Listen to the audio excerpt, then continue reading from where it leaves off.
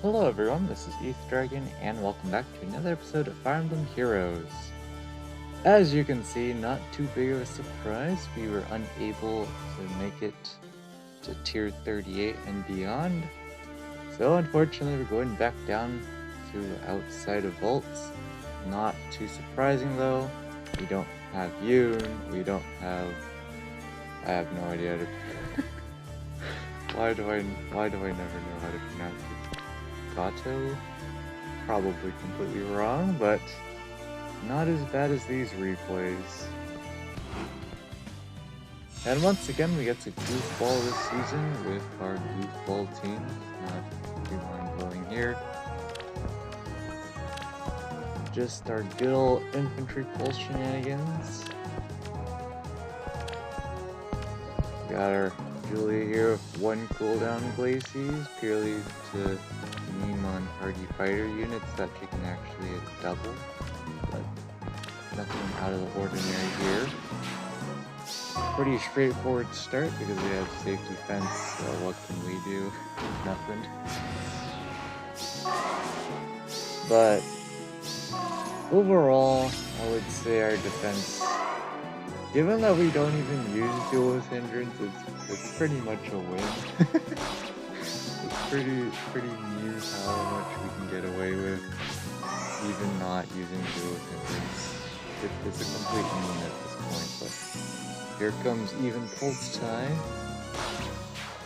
But Legendary Nana going after the juicy threats with higher HP.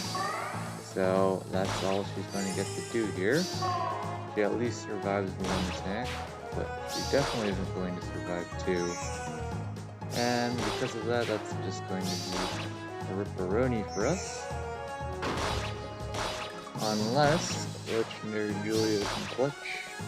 We all know how that's going to go for one cooldown Glacies. Yeah, about that. Didn't even need it. Just straight up one shot, so Legendary Julia doing some things. Damage reduction, trolling once again, and that's about it. And of course on offense, we did alright for the most part. We actually did win against quite a few Emblem defenses. It's just that we were up against a particular Emblem defense that we didn't have very many options, so I kind of just did whatever, and of course that did not end well. Not too big of a surprise there. The main problem when we're up against, especially double Emblem teams, is that of course we have no team support available. Our only option is to face tank most of the time because of threat range and whatnot. So we have to tank, and typically Nino is not going to face tank anything for the life of her because most of the time they're going to be paired up with Yoon. Especially since she was bonus this season, it's kind of a no-brainer. So Nino basically can't do anything. She's always going to get panicked by Yoon. So it's basically just can air tank something and give us any shot at winning this. And for that particular matchup, I believe we're up against a Legendary Leaf and a Harmonized Lysithea. I believe Harmonized Lysithea was one round. I believe it was Harmonized Lysithea. Of course, she comes with C Feud, so to add to the Assault, extra debuff to stats, and of course with one cooldown Moonbow. Yeah, that's not gonna end well when she's going to get to attack twice and proc it against our low HP air, even though we gave her plus HP for the memes. Not entirely sure what we could have done much better there, but Legendary Leaf just too powerful for our team, and we don't have any support available. And with his remix, he was able to easily charge up his Nirun Seal and just go on a rampage. Really not much we could do. Of course, Cadence support's not going to stop him with the guard, even if it was available, because of course Emblem shenanigans. But even if there wasn't Emblem, I just don't feel like we had the greatest of chances. Other than that though, there was just one match where we pretty much just goofballed and ended up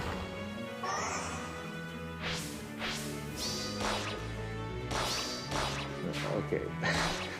I haven't watched these replays. I was trying to figure out what they were doing there. I guess the damage reduction actually was doing something. That's a surprise. But there was one match that we'll talk about in the next replay here. We were up against a team with duo. I think it was either not duo dagger, a few ranged nukes like. Was it Bride Lilna? I forget.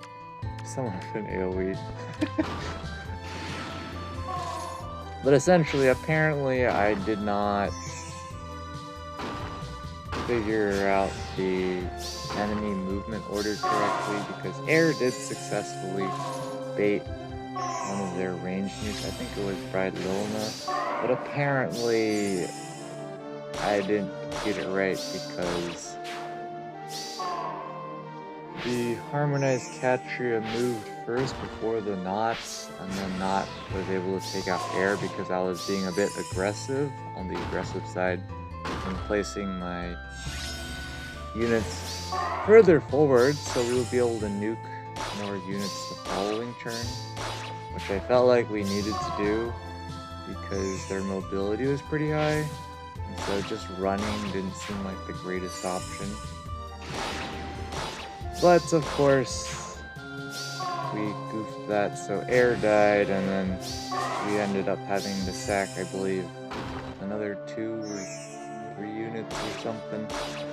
Not great, so we definitely lost quite a bit of lift in that matchup as well, but of course, the big thing is losing that entire match against that legendary Leaf team with Emblems. Not much we can, and of course Yoon. Yoon's really the deal breaker there because we just cannot deal with Panic on Nino. Although at least now that Peony's remix is a thing, we at least have some sort of a shot against Yoon teams with slightly more now, not really. The problem is Yoon plus Embla. Yoon by herself, we can kind of deal with. It's mostly Air carrying those kind of matchups though, but Yoon can definitely still beat Air in a 1v1 just because of her dealt damage based off of debuffs. Being able to neutralize penalties with Peony's Gentle Dream Plus now is going to help us a little bit. Not going to be a complete game changer because of course the problem is you have to use your dance to get the status effect. So it'll help for enemy phases, but for player phases, one big problem is against Yoon teams, for example. Nino will be panicked at the start of the turn, so we can't give her any field buffs without burning her action and then dancing her, so then she has the field buffs active, which is definitely a problem because, of course, the thing that neutralizes the penalties is the dance.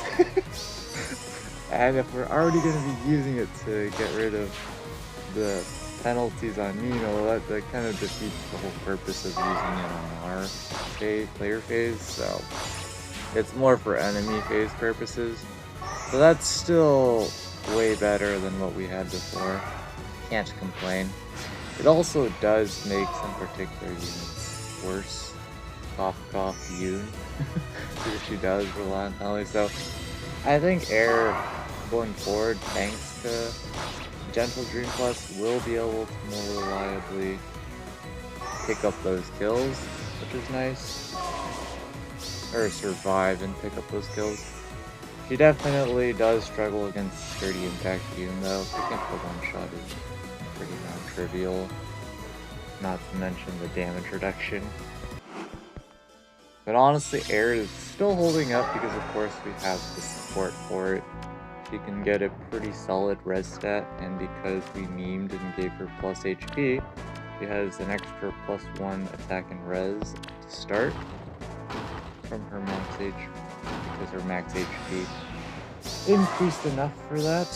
And then the main thing, of course, is she has more HP to survive, for example, brave attacks.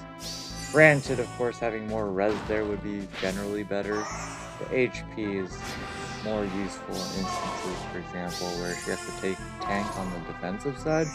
She actually can tank single hits, and we have her do silly things like face tank archers, because why the heck not?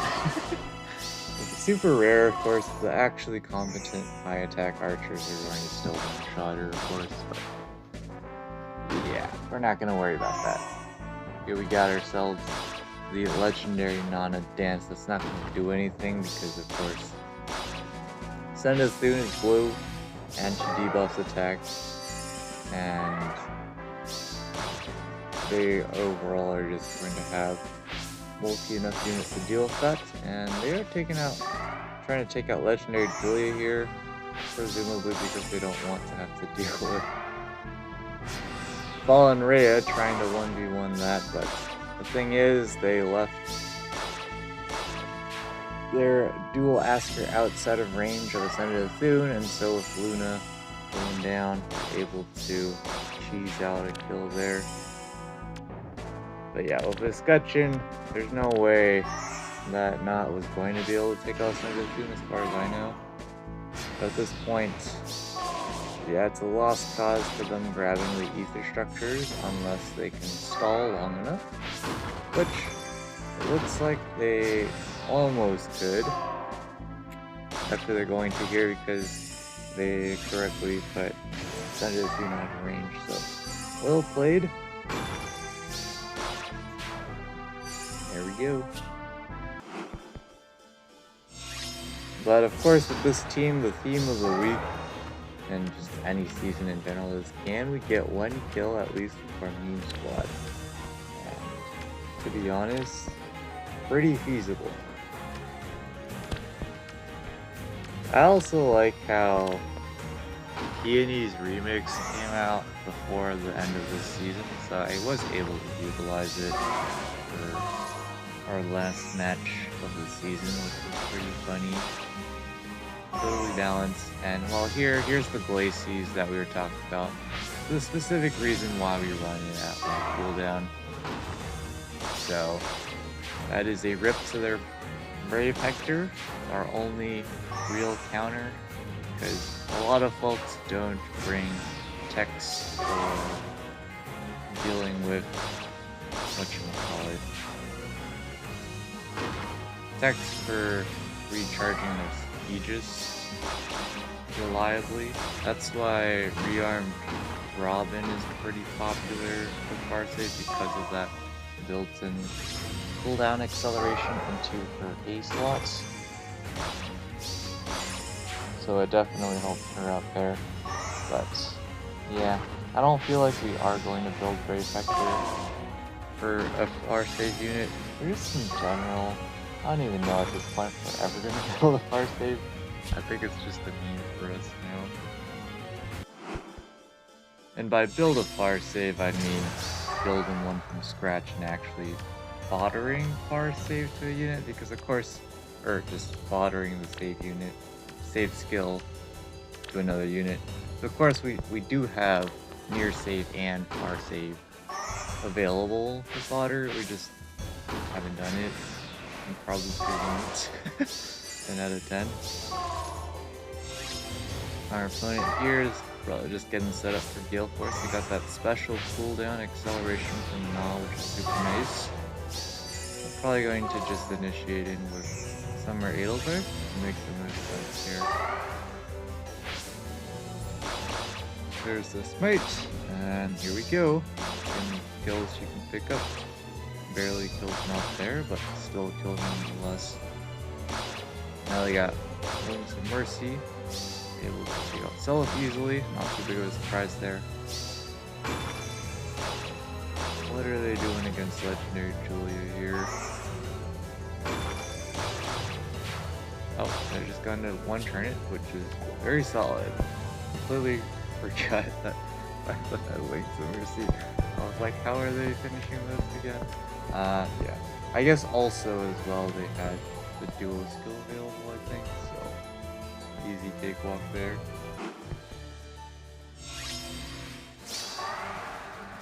I'm definitely still wondering if it'll ever be viable again to use Nino on light season.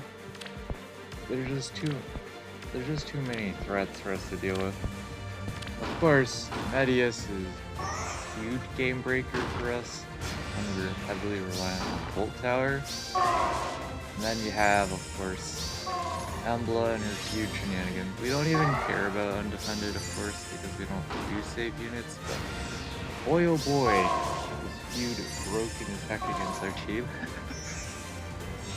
And then you have Yoon for panicking units out the wazoo. Fortunately,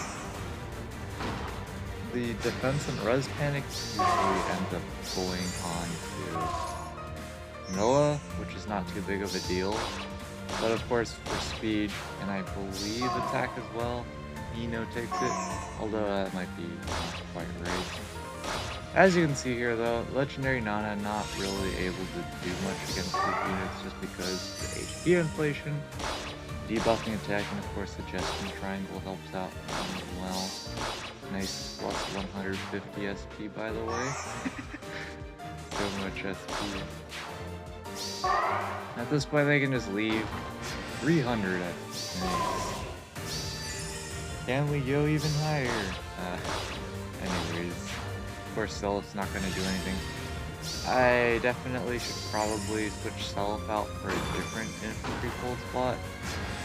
Just because I feel like there's better ones available at this point, but I haven't bothered to actually build one.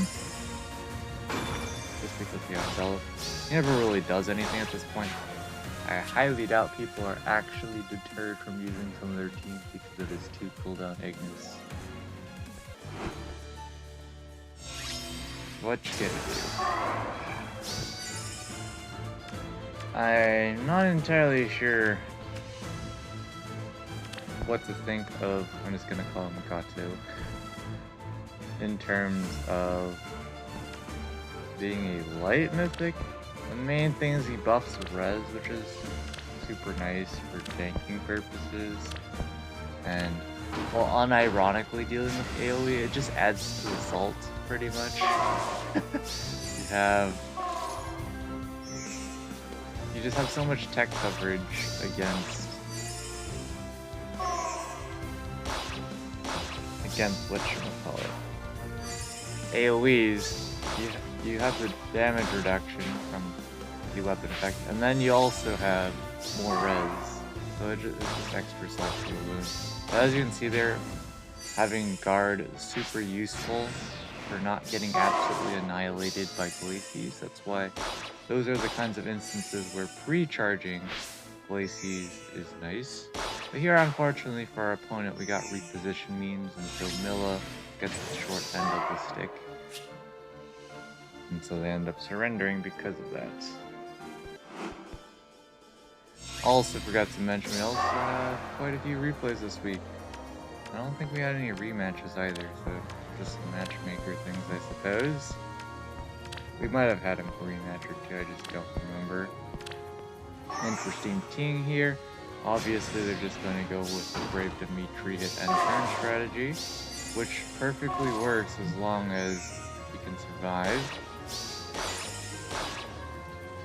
And so now he's got Glacies incoming, and of course he's going to survive. That's what his damage reduction is able to do for him. So, solid for him. Easy tank there. And he gets a good heal. And I also noticed that we definitely do rely on air a ton for the healing from Sparking Boost Plus.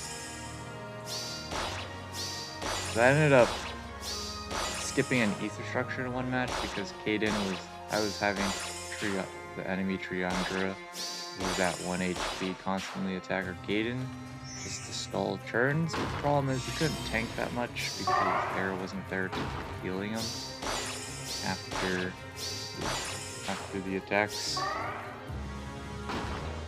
So we had to skip an Ether Structure. It was either that or sacking Gaiden for, I believe, the other Ether Structure, which I figured really doesn't change anything. Because at that point we'd already lost the double match. So our fate of making it back into, or staying in vault is basically ripped or sealed. And of course, as you can see, our defense not doing the greatest at this point, so naturally, we're losing lift from defense as well. There's basically no chance of us staying in vault. Our only chance is to have a near perfect offense, aka minimizing our unit losses to single unit losses per match, which definitely helps out. Once again, we have the same shenanigans, but this time around they snipe down the top of our infantry pulse ladder, which is very solid play. Nothing to complain about there. And so they should just be able to sweep at this point, because they have enough nuking potential. Really the only threat at this point is maybe not, and even then, probably not, because it's not. Seliph here though, able to pick up the kill, but yeah, not doing a whopping 0 damage, 10 out of 10.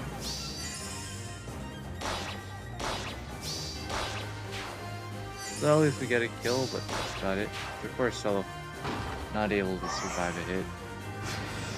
And then it's the end of the season, so they can just end it.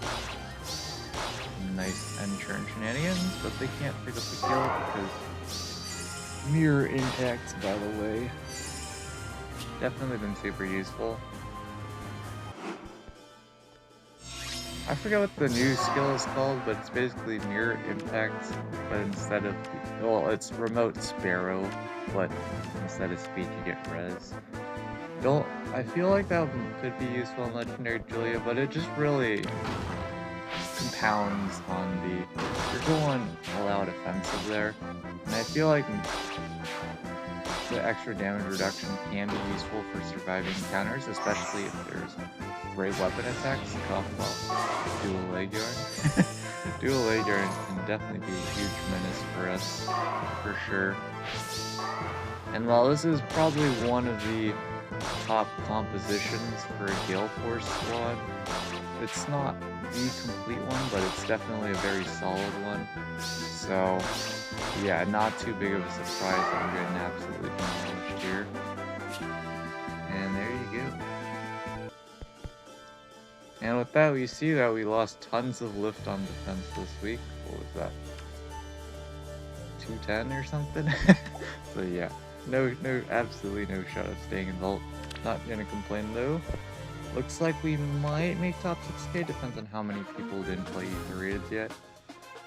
But not too big of a deal if we don't make top 6k. Again, at this point, we're just derping around.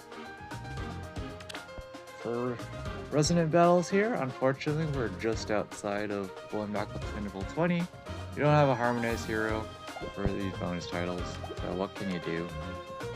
Unfortunate. Arena, we've just been doing random runs because Legendary Crown bonus. Unfortunately, next season looks much worse for us in terms of scoring. We might try building up someone and abusing blessings to stay, but depends on the cutoff because Legendary Demetrius bonus, and I'm pretty sure a lot more people have him merged up than Legendary Crom. So I expect next week's cutoff to be higher, but I don't think we need to do another run. I could be wrong. If we drop out, it's also not the end of the world because, again, next season's not great. But we can build a unit if we want to. Arena Assault Plus, I goofed during one match and forgot to give an attack tactic buff to my Cecilia so that she could one-shot a dual leg yarn. So I had to pop a lightning charm for that one. 10 out of 10. But other than that, nothing too mind-blowing here. Anyways, we'll be back when the results drop in.